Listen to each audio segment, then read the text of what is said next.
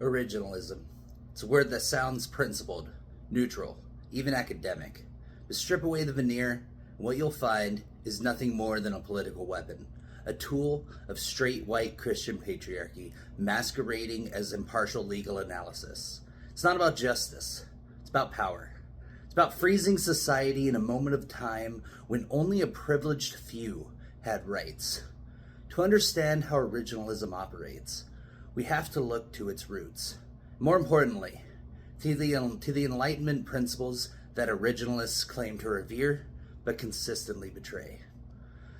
Let's start with the basics. Originalism is the legal philosophy that says we should interpret the Constitution based on its original meaning, what the words meant to the framers at the time they were written.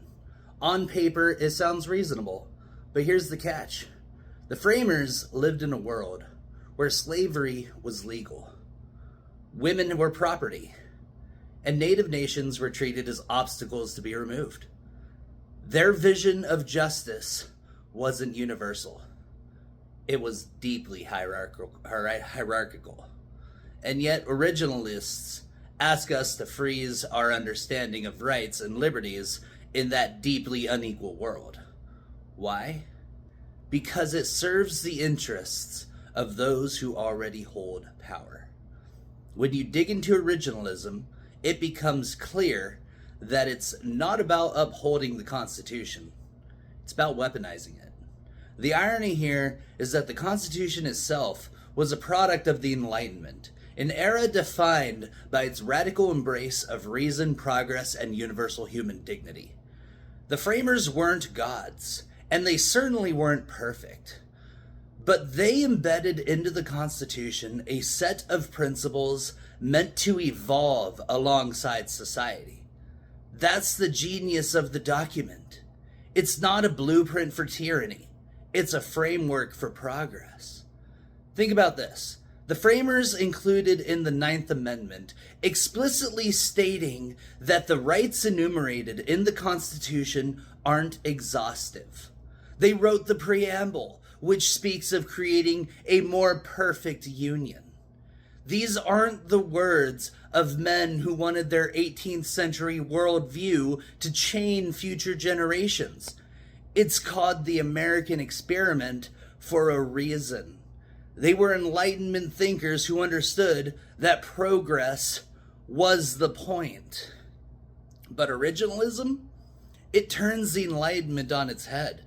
It says, forget progress, forget reason, forget universal dignity.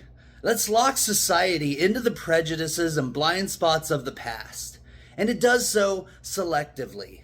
Let's be real. Originalists don't actually care about the original meaning of the Constitution.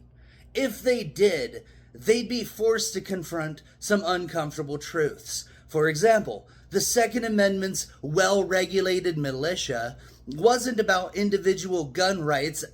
It was about state-controlled militias designed to enforce slavery and suppress uprisings. This is detailed exhaustively in Article 1. Where's the originalist outrage over that? No, originalism isn't about fidelity to the Constitution. It's about using the Constitution as a shield to preserve systemic inequality.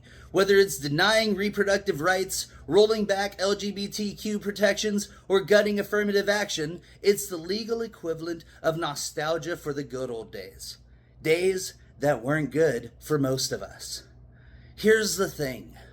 Originalism isn't just a bad legal theory. It's a dangerous ideology. It feeds into a broader narrative that the only legitimate America is a straight, white, Christian America. It erases the contributions of Black Americans, indigenous nations, immigrants, and women. It imposes a narrow, exclusionary vision of morality on a pluralistic society. And let's not forget, the same people championing originalism today are the ones who ignored the parts of the Constitution that don't serve their agenda. The separation of church and state? They twist it into a mandate for Christian supremacy. Equal protection under the law? They claim it doesn't apply to marginalized communities because that's not what the framers intended. It's hypocrisy, plain and simple. This isn't just a philosophical debate. Originalism has real consequences. It's the driving force behind decisions that strip away rights, undermine democracy, and deepen inequality. It's how we got rulings like Dobbs v. Jackson, which obliterated half a century of precedent on reproductive rights. It's how we got rulings that weaken voting protections, empower corporations, and gut environmental regulations. The stakes couldn't be higher. If we allow originalism to dominate our legal system, we are consenting to a future where progress is impossible, where the arc of history bends not towards justice, but back towards oppression. So what do? We fight. We fight with reason, with passion, and with the courage to imagine a better future. We remind ourselves that the Constitution isn't a prison. It's a promise that we, the people, can create a society where liberty and justice truly are for all. Originalism is a lie. It's time we called it what it is, a tool of oppression disguised as legal theory. The Enlightenment gave us the tools to think critically, to challenge power, and to demand progress. Let's use them.